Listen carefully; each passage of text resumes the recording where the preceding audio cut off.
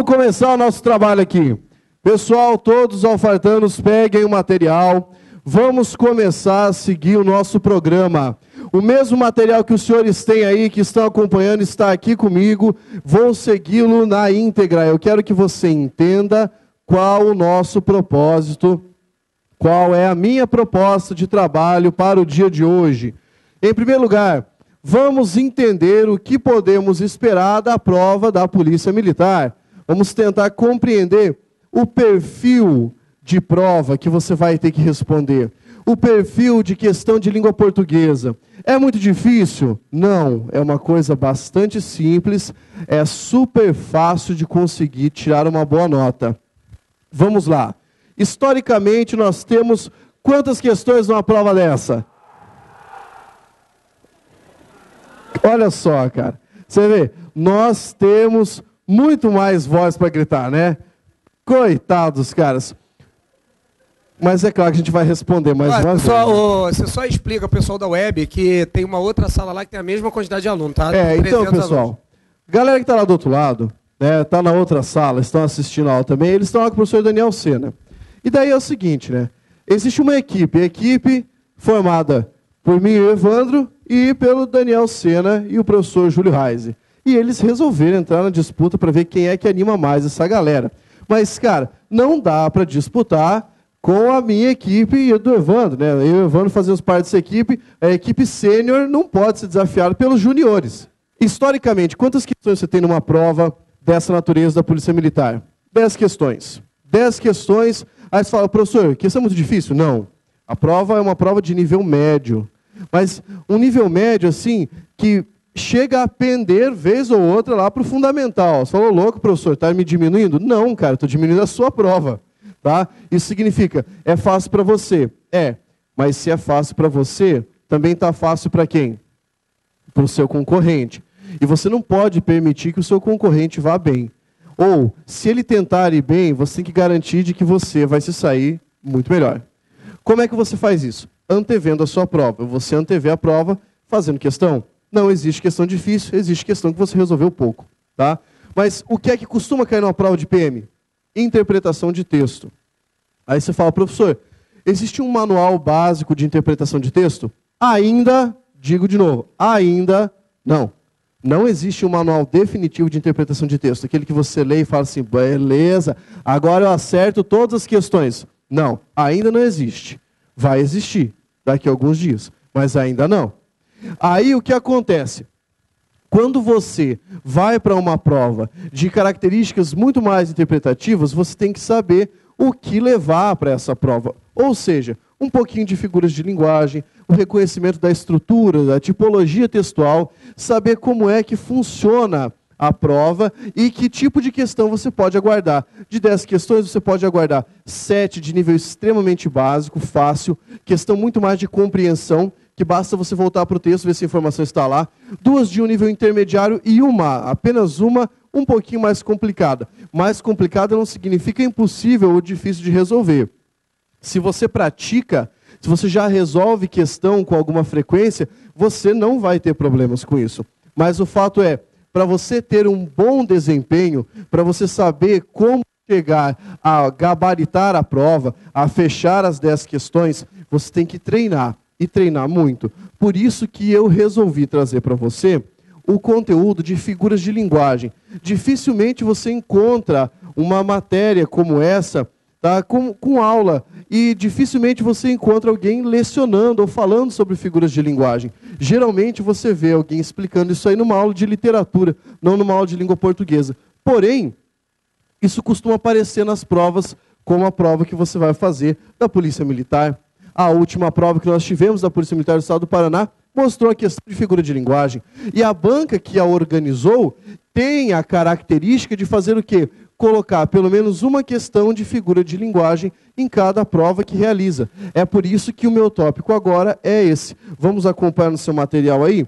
Coloque lá então. Deixa eu colocar o meu mais 10 aqui, cara, olha só, que maravilha. Coloca lá no seu material isso aqui, ó. Figuras de linguagem. Professor, como estudar isso aqui? É difícil? Não, isso aí você já estudou no ensino médio. Talvez teu professor tenha falado sobre isso bem rapidinho. Mas assim, para ficar fácil, vamos acompanhar o raciocínio. Em primeiro lugar, a figura de linguagem está relacionada a um aspecto que nós chamamos de aspecto significativo. Quer dizer, é a função poética da linguagem, a transformação do código, a transformação da mensagem por meio de alguns mecanismos que já são mecanismos padronizados. É muito difícil você inventar uma figura de linguagem hoje. As figuras de linguagem já estão catalogadas. De onde elas vieram? Elas vieram da construção cotidiana de quem fala, de quem exercita a língua, e vieram também da história da literatura, do texto, lá daqueles aspectos dos grandes escritores da língua portuguesa e de outras línguas, evidentemente. O fato é, nós temos um rol de figuras de linguagem severamente grande. Eu selecionei para vocês apenas algumas, tá? Vamos compreender o seguinte: quando eu falo para você de sentido de um texto, conotativo e denotativo, você sabe o que isso quer dizer? Você sabe o que significa sentido conotativo? Você sabe o que significa sentido denotativo? Sentido denotativo é o quê? Sentido real, ou também chamado sentido literal. E o conotativo? Sentido o quê?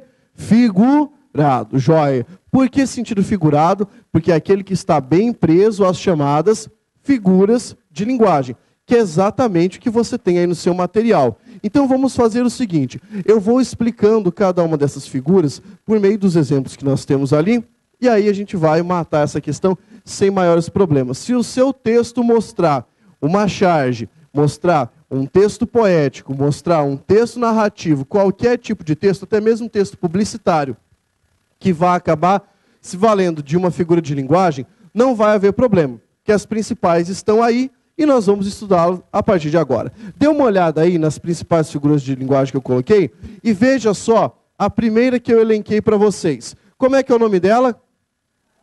Metáfora. Você vai colocar ali, ó, metáfora. Professor, eu quero saber a definição de metáfora. Olha, a melhor definição que você poderia dar para essa figura é uma espécie de comparação subentendida entre dois termos. O exemplo que eu coloquei para vocês ali, acompanhando seu material, está escrito o seguinte: este carro é uma nave, cara. Vou colocar o exemplo aqui, ó. Este carro é uma nave. E depois eu até coloquei um vocativo aqui para você ver, ó. Cara, beleza. Suponha que você tenha essa expressão aqui dentro da sentença. Alguns autores marcariam essa palavra nave com aspas. Por quê? Porque ele está mostrando, evidentemente, que a palavra nave não significa nave mesmo, né? Espaçonave. O que ele está colocando ali é uma comparação subentendida entre dois termos. Quais termos estamos comparando aqui, gente? A palavra carro com a palavra nave. O que significa dizer que o carro é uma nave?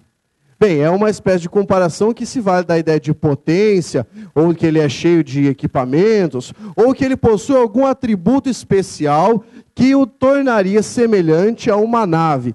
Tanto que hoje algumas pessoas nem mais falam carro. O cara fala, oh, eu cheguei, peguei a minha nave. O cara fala diretamente nave. Isso aqui, essa aproximação, que consiste em colocar esse verbo de ligação aqui, nessa expressão, e não utilizar a palavra como, porque eu não estou utilizando a palavra como. Vejam, senhores, que eu não tenho aqui a estrutura comparativa. Eu não estou falando assim, este carro é como uma nave. Eu disse, este carro é uma nave. É uma comparação indireta, tá bem? Porque o conectivo de comparação não aparece. O nome disso aqui, essa figura, se chama metáfora.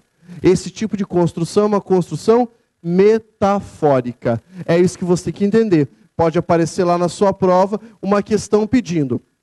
Na sentença existe uma comparação indireta entre a palavra carro e a palavra nave. Essa figura de linguagem se chama, e ele vai colocar várias alternativas ali, dentre elas a alternativa de metáfora. Você vá lá e marque essa. É difícil? Nem um pouco. É muito simples, diga-se de passagem. A segunda figura que nós temos aí, dê uma olhada lá, se chama o quê? Ironia. Tá? Vamos colocar lá. Ironia.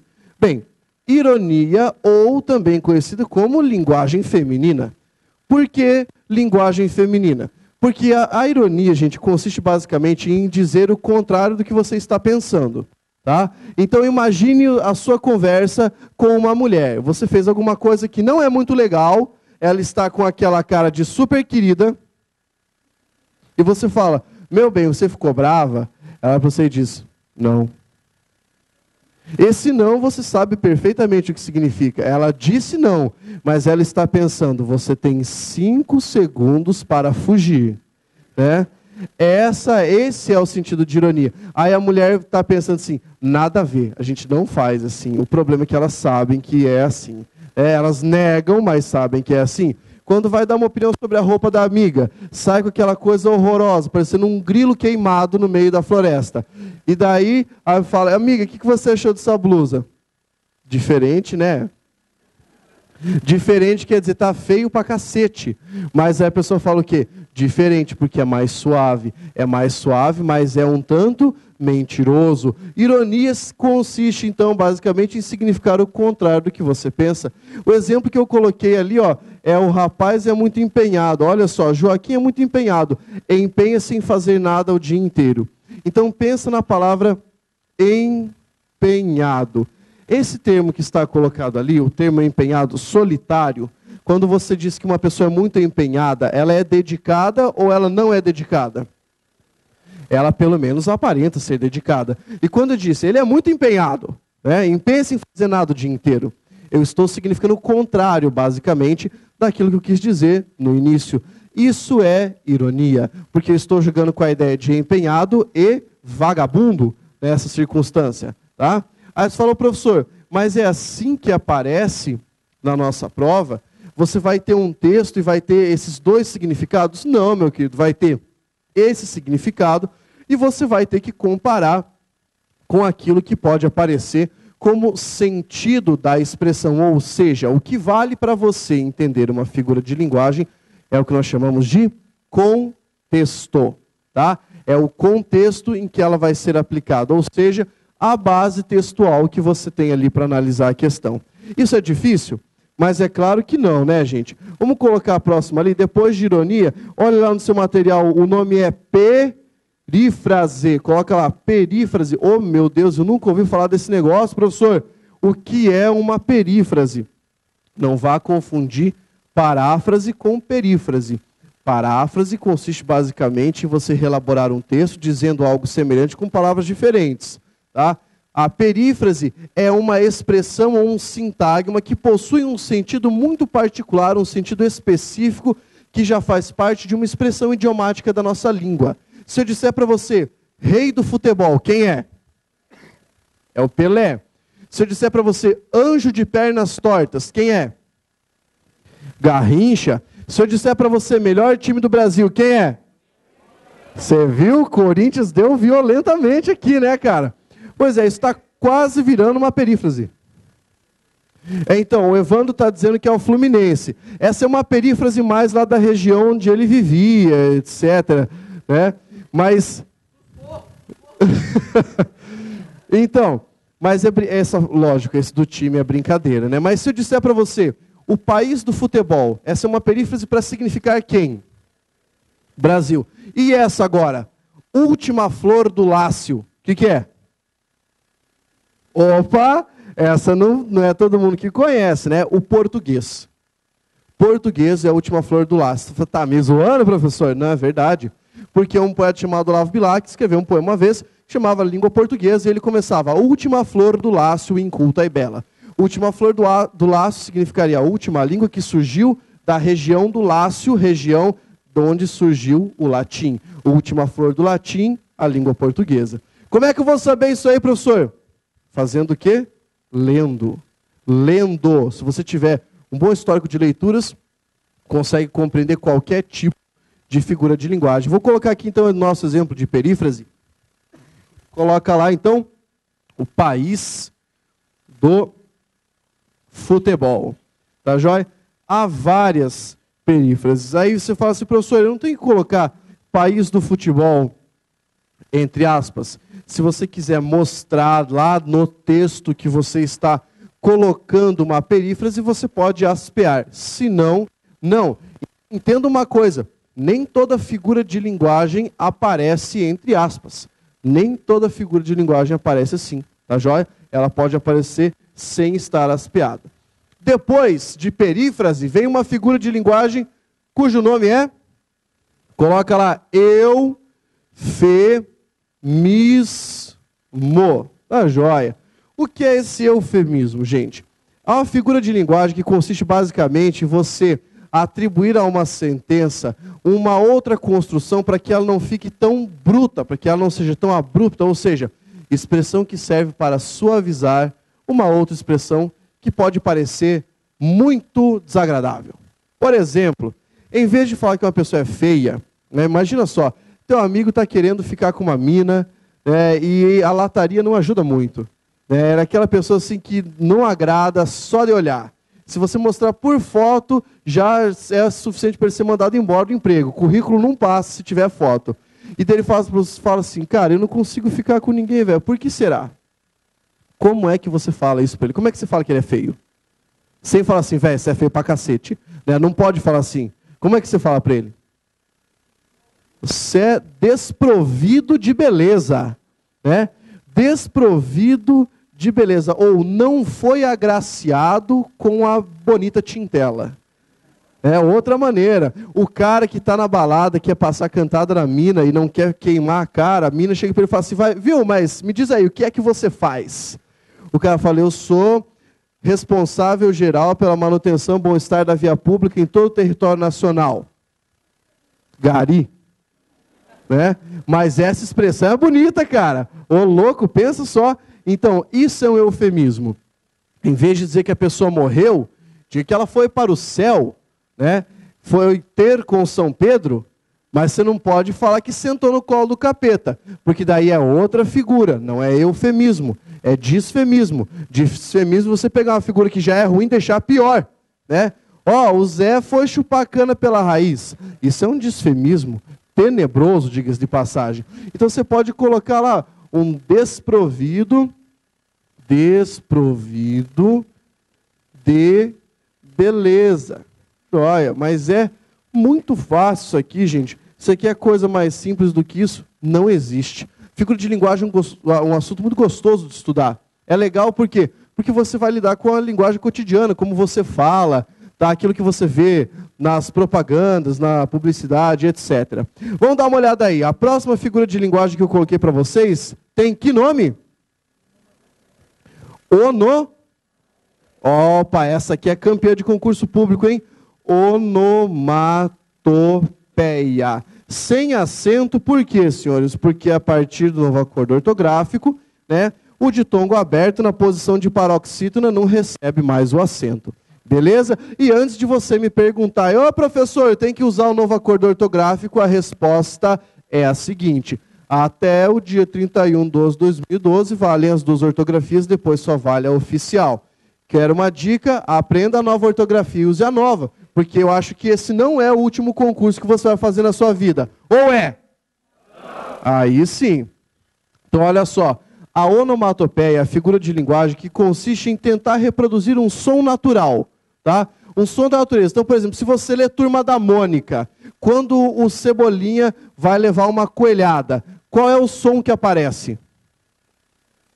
Por que aparece? Porque você não ouve, né? Por enquanto, o gibi não é interativo. Você abre para fez tum. Não, né? Não é interativo. Então, você abre e aparece alguma coisa como, sei lá, tum. E sempre tem uma exclamação do lado. Tem um bang. Isso aqui é o quê? Esse bang é o barulho do quê? Você vê, cada um tem uma definição particular. Explosão, tiro. Explosão, eu acho que é mais para o quê? Boom. Boom parece ser explosão, né?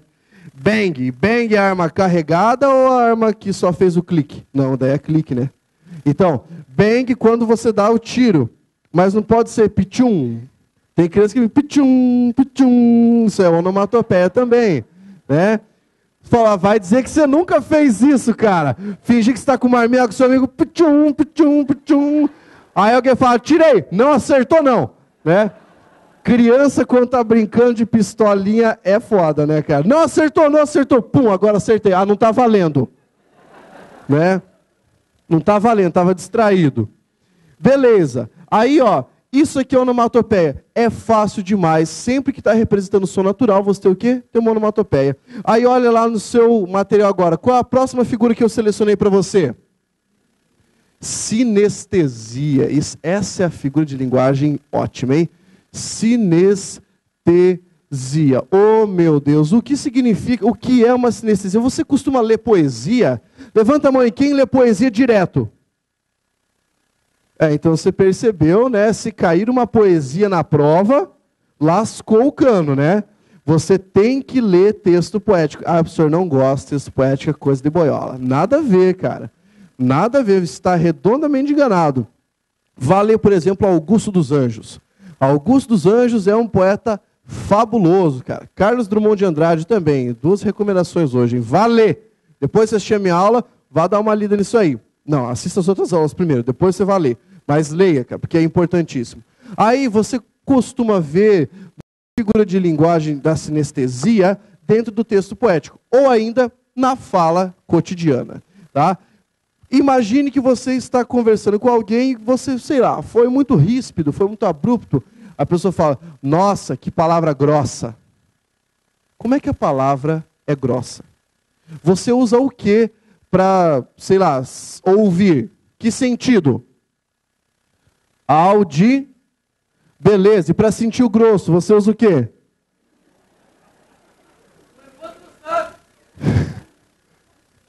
Usa o quê? O tato. Aê, beleza. Por quê? Veja só que houve uma confusão dos sentidos. A audição com o tato. Então o cara está sentindo grosso no ouvido. Você compreende que essa construção, palavra grossa, olhar frio, perfume doce, cara, como perfume doce? Você tomou um golinho para saber se ele é doce? Tá? Esse tipo de construção é o que nós chamamos de construção sinestesia, tá? É a figura de linguagem da sinestesia. Ela suscita uma confusão entre os sentidos, entre os nossos 5 sentidos. Então vamos colocar aqui, ó, essa expressão aqui, perfume doce, né? Voz suave. Por exemplo, quando você ouve o professor Daniel Sena falando, fala, nossa, que voz suave, né? Cara, como é que pode a voz ser suave? A voz não tem peso. É uma sinestesia. Tá joia? Por isso que quando você está lendo o texto poético, ou qualquer tipo de texto, você tem que ficar de olho nos significados, nos sentidos que você possa encontrar ali no meio. Vamos pegar a nossa próxima figura de linguagem que eu coloquei para vocês ali. Como é que é o nome dela? Prosopopeia. A prosopopeia tem outro nome também. A prosopopeia também tem o nome de personificação. Vamos colocar ali no meio a palavra prosopopeia. Isso aqui, gente, é muito simples, é muito fácil de entender. Você tem que saber o que é uma prosopopeia. Basicamente, atribuir características humanas a seres não humanos. Alguns dizem que é atribuir características de seres animados a seres que não são animados. Então, se eu dissesse para você, por exemplo, o mar sussurrou em meus ouvidos. Como é que o mar vai sussurrar, cara? Quem sussurra é uma pessoa. O mar não é uma pessoa. Você fala, o mar respondeu ao meu chamado. Você fala, ô mar, oi. Né? Isso seria pensar literalmente, mas não é isso, é uma figura de linguagem. Fala, mas professor, por que as pessoas falam assim? Falam assim para expressar um sentido qualquer, muito mais próximo do sentido da poesia. Então, veja bem, fala que o vento estava uivando. Como é que o vento vai uivar, cara? Quem uiva é quem? Lobo, entendeu? Aí você fala, então quer dizer que é transmitir essa característica de um ser animado a um ser que não é animado? Sim. Sabe em que circunstância você verifica isso? Fábula. Na fábula você pode perceber esse tipo de influência. Você tem lá a raposa e as uvas, e a raposa fala alguma coisa. A raposa não fala, cara. Então isso é uma prosopopeia ou personificação. Dê uma olhadinha no exemplo que eu coloquei para vocês aí no seu material. Olha lá do lado de prosopopeia. O oceano gritava o nome do marujo. Como é que isso é possível, cara? O oceano gritava o nome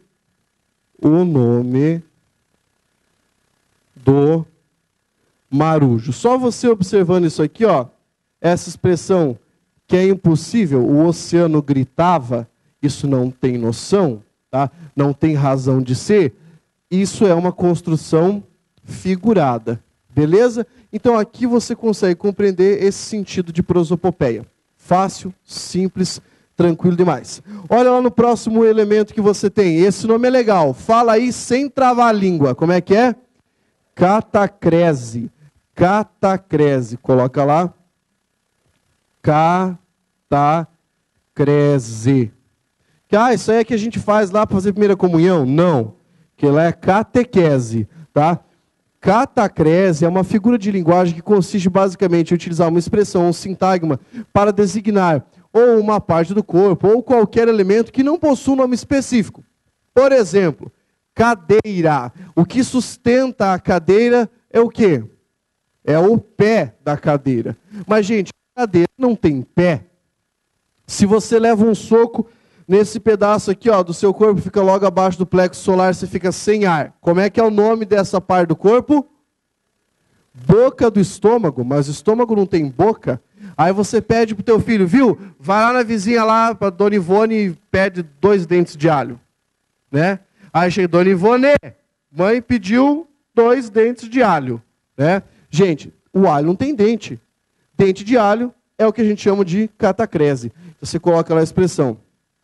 Dente de alho. Aí eu pergunto para você, gente, isso aqui é difícil? Claro que não. Só que você vai ter que ter perícia suficiente para reconhecer isso no texto, tá? Para reconhecer isso na questão. O cara vai marcar a palavra e vai pedir para você. Essa expressão é uma figura de linguagem conhecida como o quê? Aí você vai ter que responder, tá joia? Não é difícil. Tranquilo? Tranquilo. Vamos pegar a próxima que eu coloquei para você ali, já estamos acabando as figuras de linguagem. Daqui a pouco eu vou falar para você sobre a questão discursiva. Então se liga. Ó, a outra que eu coloquei, ela chama o quê? Hipérbole. Tá? Hipérbole. Essa aqui está muito mais próxima de nós do que você pensa. Eu tenho certeza de que alguma vez na vida você já usou uma hipérbole. Pensa no termo hiper. Hiper tem a ver com o quê? Não é bastante? É. A hipérbole é uma espécie de exagero. É um exagero proposital em determinadas circunstâncias, determinada fala. Se você disser, nossa, cara, eu estou morto de fome, então você provavelmente está psicografando sua mensagem. Porque você está morto de fome, você está morto. Tá? Não é para ser levado ao pé da letra. Ô, Pablo. Diga lá. Vai servir para eles também, tá? É, para exótica lá. Olha a pergunta do cara, do Franklin. Nem sei de onde esse jumento é. Olha só, Evandro, se eu começar a estudar hoje, nunca estudou, para a Polícia Federal, para perito, eu vou passar, é daqui a 50 dias o concurso. Responde para mim. Olha só. Franklin, é o seguinte. Se você pegar, por exemplo, a matéria de crase e ficar estudando de hoje até o dia da prova, talvez você consiga acertar uma questão de crase que vai cair na prova, das 26 de língua portuguesa. Talvez. Né? Por quê? Cara, a preparação é extensa. Mas se você ficar o dia inteiro estudando sem dormir nem um dia, você vai morrer. É claro, mas se você conseguir estudar de uma maneira muito focada, você vai lá para tentar fazer uma boa nota. Vai conseguir, Evandro? De jeito nenhum, cara. Ó, o Evandro falou para eu mandar você a merda. Mas e com crase? Porque quem vai a algum lugar. Então soma a preposição ao artigo a. Cara, usa a tua cabeça. Quando você está estudando, pega tudo que está à sua volta para te ajudar a estudar. Por exemplo, tem umas músicas bem idiotas aí que a galera nunca parou para usar para nada. Vamos fazer um negócio aqui. Eu vou ensinar para você um verso que você nunca mais vai errar a crase para você entender. Você vai pensar assim comigo. Preposição, artigo a. Quando eu falar preposição, todo mundo que está aqui levanta a mão. Tá joia? Vamos testar? Vamos. Preposição. Levanta a mão. Beleza, baixa. Agora desse lado. Artigo a. Beleza. Aí quando eu cantar o resto, vocês façam assim. Vocês vão ver que louco vai ficar. Presta atenção. Isso vai ser muito útil para a sua vida. Olha lá. Preposição, artigo a, vai crase a. Isso é útil, cara. Isso é útil. Esse negócio fica na sua cabeça e você não erra mais. Tá vendo? Tá, João? Você não viu? Então presta atenção, todo mundo aí. Vamos lá. Levanta a mão junto aí, cena. Ó, preposição, artigo a, vai crase a. E ó, foda-se pra você que falou que é ridículo. Olha só. Hipérbole, então, é um exagero proposital. Vamos colocar o exemplo que eu coloquei ali, ó. Cheguei, olha só. Cheguei à casa, é minha casa, como é minha casa aqui, não existe o quê? Não é cheguei em casa. Cheguei em casa, você entrou na casa ali, foi para algum lugar. Não é isso. Cheguei à casa sem acento grave, porque quando a casa é sua, sentido de próprio lar, não usa acento grave. Cheguei à casa, coloca lá, morto de fome. Cara, essa expressão, morto de fome, é com fome pra caramba.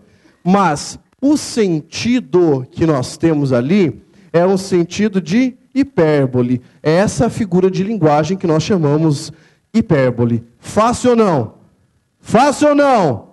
Sim. Se isso cair na sua prova, você vai acertar? Sim. Aê! Sou fartando e tenho força! Isso aí. Gente, olha só. Figura de linguagem matamos. Agora dá uma olhada na questão que eu coloquei na sua prova. É a coisa mais fácil do planeta. Fala, eu já até sei responder. Que bom que você sabe. Você tem ali 3 figurinhas. Um gatão enorme, tipo o Tom obeso, se aproximando do rato. E daí ele fala o quê? Ele fala assim, lamento, vírgula, mas essa é a lei da selva. Joia.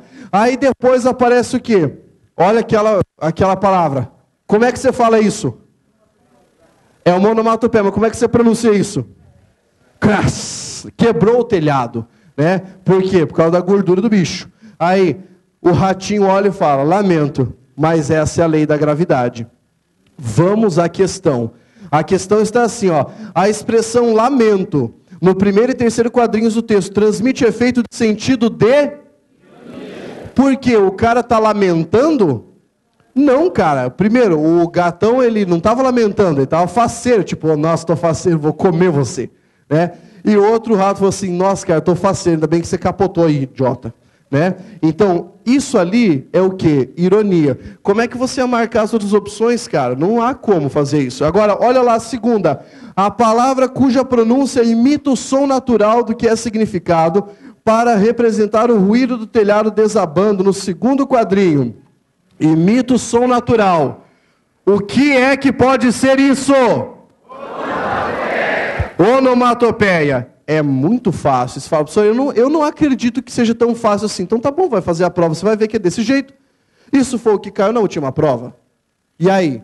Né? Agora você imagina o seu candidato que não sabe o que é figura de linguagem, que nunca ouviu falar de onomatopeia, não sabe nem o que é ironia, lendo isso, tentando voltar para o texto, fazendo isso 500 mil vezes, achando que vai dar a resposta para ele. Não vai. Só existe uma maneira de você vencer no concurso público. Sabendo. Se você não souber o conteúdo, você não faz a prova direito. E se você tiver que chutar, você já sabe. Chutou, você está dependendo do acaso. Tá? E o acaso não favorece. Tá? O acaso não favorece. Beleza? Beleza. Dá uma olhada agora que eu vou falar sobre a questão discursiva. Quer dizer, aquilo que você vai chamar de redação. Professor, é muito difícil isso? Não. Por isso que eu trouxe algo bem sintético para vocês poderem entender e não passarem fome na hora da prova. Olha só, se caísse para mim, professor, uma redação com 30 linhas, eu tenho problema para escrever. Faz muitos anos que eu não escrevo. Faz, não é fazem, hein? Beleza. Faz muitos anos que eu não escrevo. Estou sofrendo com isso. A última vez que escrevi uma redação foi no ensino médio. E aí, quando eu estava escrevendo, a minha professora não dava nota, não sabia corrigir, era uma lazarenta que só atrapalhava. Isso aconteceu com uma, duas, com a maior parte das pessoas do nosso país, infelizmente. Mas não se preocupe, cara, escrever não é uma questão de dom e nem uma questão de talento. É uma questão de prática e de técnica. Tudo que você faz pela primeira vez está estranho. Tudo que você faz sem orientação é difícil. Mas se você tiver uma orientação boa e se você tiver capacidade de acompanhar item por item dessas dicas que eu passei para você aí, e colocando no seu material que eu vou comentar agora, sua prova vai ficar muito fácil. Em primeiro lugar, o que é que você tem que entender? A maior parte das questões discursivas da prova da Polícia Militar pede para você fazer um texto escrevendo ou uma resposta argumentativa a uma pergunta que eles colocam na proposta, ou defendendo um ponto de vista em relação a alguma coisa que esteja ali no meio do texto. É difícil? Não, de jeito nenhum. É muito fácil de fazer. Mas você tem que ficar preso ao tema. Você tem que ficar preso à proposta. Então, se aparecerem para você duas propostas diferentes, professor, eu tenho que escrever 2 textos e eu não estou com um limite de linha. Mas ele colocou 15 linhas. Então, o que você vai usar? Você vai usar a lógica. Você vai escrever de 10 a 15. Tá? Ah, mas apareceu o limite. Então, siga o limite. Professor, eu tenho que colocar título no meu texto? Só coloca se a banca pedir. Como é que a banca pede? Dê um título ao seu texto. Tá? Isso, gente, esses comandos são os mais simples possíveis. Agora, o que é que você vai fazer para escrever uma redação? O negócio é o seguinte, você está sem ideias.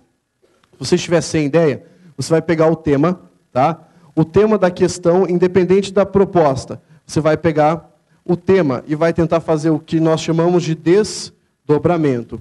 Desdobramento do tema. O que é isso? Para você tentar escrever uma redação, muitas pessoas chegam para mim e falam, professor, eu até consigo começar, mas eu não tenho ideia. Então não é que você não tem ideia, você tem uma ideia, só que você coloca ela rapidamente e não trabalha. Então não é isso que você tem que fazer. Você tem que conseguir dar objetividade para o seu texto, porém sem perder a noção de profundidade.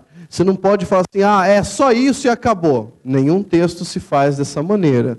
Tá? Nenhum texto você só coloca a resposta e já era. Então a ideia do desdobramento é assim, você vai pegar o tema e se você precisar dar uma opinião sobre ele, você vai definir, número 1, qual é a sua opinião. Tá? Lembrando que você não utiliza para um texto dissertativo, tá? Aquele texto que você vai discutir argumentos, você não utiliza, eu acho que, no meu ponto de vista, acredito que isso, você não usa. Porque o texto é dissertativo. Tá? Isso não é característico. Então você coloca, entende-se, acredita-se, tá? Nota-se que, e etc. Então aqui você vai definir qual é a sua opinião sobre o assunto. Se você vai defender um ponto de vista ou se você vai atacar um ponto de vista. Segundo lugar, você vai definir a sua estratégia. Ou seja, como é que você vai escrever esse texto, tá? Sua estratégia na hora de fazer esse texto. Se você vai fazer isso por meio do recurso da exemplificação, se você vai traçar o histórico dele, se é por causa ou consequência, se você vai colocar os pontos positivos ou os pontos negativos, tá? Mas o fato é, defina a estratégia. Isso tudo antes de escrever o texto. Não é para você definir isso enquanto você estiver escrevendo. É para você definir antes de escrever. Porque se você fizer isso aqui, enquanto você está escrevendo, pode ser que a sua introdução do texto, por exemplo, não bata com a conclusão. Ou pode ser que você se perca lá no meio e não tenha noção daquilo que você escreveu, acaba se contradizendo. Contradição no texto dissertativo é uma droga. Tá? Então, opinião foi, estratégia foi. E aí, dividir o seu texto em partes. Tá? Você sabe que todo texto dissertativo tem o quê? Introdução. É o momento de você convidar o seu leitor. Dizer sobre aquilo. Você vai falar assim, vou falar sobre isso e já focalizar. Aí, depois você coloca o quê? Você coloca o desenvolvimento. No desenvolvimento, você vai defender as suas ideias. Diga lá, Evandro. 2 coisas. Tem uma pergunta aqui. Ó. A primeira é o seguinte. Boa tarde. Boa tarde. Agora eu fiquei confusa. A menina, tá? Tá. Qual a diferença entre metáfora e sinestesia? A diferença é a seguinte. Numa metáfora, você compara características. Na sinestesia, você tem que ter envolvidos os 5 sentidos. Tá? Se não tiver o envolvimento dos 5 sentidos, não é sinestesia. Então, eu não posso dizer, o homem que ruge no sofá da sala, o homem é um leão que ruge no sofá da sala. Isso é uma metáfora, não é sinestesia. É Lucimara o nome dela. Viu, Lucimara? Então, tem que ter os 5 sentidos envolvidos, senão não dá certo. Tá, o outro é o seguinte, é o Tchê, que vai dar aula para vocês, que falou assim, cara, o Pablo é fantástico. Olha o agito, preposição artigo a, vai crasear a merda, é isso. Cheguei o caralho, mano. Ah, meu Deus do céu. Dá aula, Pablo. Nem liga, fechar finge que não aqui, está ó. acontecendo. Então, olha só, bem, na verdade não está acontecendo nada, né? Muito boas as suas perguntas, Tchê. Um abraço, até daqui a pouco. Você vai ser derrotado aqui, tá? Seja bem-vindo, né, à batalha. Olha só, gente. Depois, no desenvolvimento, você vai colocar então as ideias e vai defendê-las. Ou seja, é ali que você vai traçar o histórico, vai dar a causa, a consequência, a explicação ou o exemplo que vai nortear o seu texto. Tá? E aqui, por fim, você vai ter a sua conclusão. Tá joia? Conclusão. Simples. Na conclusão, você fecha dizendo qual é o ponto de vista em questão. Qual é o ponto de vista que você defendeu, você reitera, retomando a introdução. Todo bom texto dissertativo retoma a introdução em que ponto? Na conclusão. É por demais fácil fazer uma redação, mas o que eu sugiro para vocês, tentem sempre antever o tema da sua prova. Historicamente, prova de polícia militar costuma dar uma questão discursiva relacionada a algum aspecto da sociedade. Ou seja, a postura ética do indivíduo, problemas ligados à violência, de vez em quando trabalho infantil. Tá? Você pode ter... Gente, tem um problema que está bombando no Brasil, tá? E assim, poucas pessoas param para se ligar, que é o problema dos flanelinhas. Tá? Esse problema está tão na sociedade que pode acabar caindo como um tema de redação aí no meio. Eu falo, professor, então o que eu faço? Vá ler sobre isso. Vá ler sobre questões polêmicas de hoje. Se você fizer isso, beleza, você não vai ter problemas. Agora, antes de eu fechar aqui a minha fala sobre redação, nós temos 10 mandamentos para a questão discursiva. Os 10 mandamentos estão aí no seu material. Eu quero que você acompanhe comigo, eu vou ler e comentar cada um deles, que é para nós podermos finalizar aqui. Então, olha só, o primeiro mandamento que está ali, eu coloquei, entenda se a banca perguntou alguma coisa. Se a banca perguntou, você vai responder, tá? Sempre. Se a banca pedir alguma coisa, você é a favor ou contra? Você tem que responder. Mas você não vai responder assim, eu sou a favor, tá? Lembre-se de que um texto dissertativo não tem eu. Você coloca assim, não se pode defender isso, para dizer que você é contrário. Ou, pode-se acreditar que é bom, que é possível, que é eficiente, é eficaz. Aí você está dizendo que você é favorável, sem dizer eu sou favorável. Tá joia? Essa é uma estratégia de redação. Segundo mandamento, olha lá. Se a banca pediu para você adotar um posicionamento, adote. Você não pode escrever um texto e fechar ficando sobre o muro. Tem isso, tem aquilo, e cada um escolhe o que achar melhor. Não, cara, é para você defender o posicionamento. Tá? Depois, terceiro, tente fugir do senso comum. Culpar o governo, culpar o capitalismo, né? Você não pode ficar dando culpa às pessoas. A culpa é do governo que não liga para o povo. Se ligasse, ia ficar no celular o dia inteiro, cara. Presta atenção, isso está errado falar que o governo não liga para o povo. Tá? Não ligar para o povo, não dá atenção para o povo. Ficar culpando o governo não é a saída. Você tem que discutir o texto sem fugir para o senso comum, sem fechar a redação dizendo, se todo mundo fizer a sua parte, o mundo será melhor. Mas todo mundo sabe disso, cara. Se todo mundo fizer a sua parte, o mundo será melhor. Se você fizer a sua parte, você passar no concurso público. Isso é lógico. Tá? Isso é lógico. Qual é a sua parte? Se todo mundo tiver que se conscientizar, beleza. Todo mundo sabe que tem que ter consciência. Você não precisa repetir. Fuja do senso comum. Olha o próximo mandamento lá. Coloquei para vocês.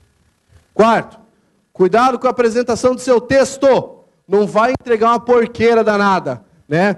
Seu texto tem margem, tem recuo, tem espaçamento. Não vai ficar rabiscando o texto ali no meio. Folha de versão definitiva é para você entregar com capricho, tá? Tem que secar o braço ali, meu companheiro, para passar limpo. Não vai fazer uma porcaria lá no meio que fica feio. Olha o 5º mandamento.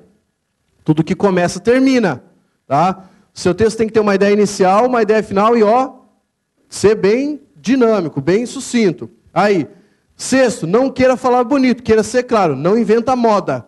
Não queira colocar a palavra difícil, você vai escrever errado. Tá joia? Escreva algo que fique simples e fácil de ser entendido. Depois, 7º, pratique redação em casa, gente. Você sabe que praticar sempre faz você melhorar. 8º, você precisa de apenas uma ideia para escrever um texto, mas lembre-se de trabalhar essa ideia até o fim.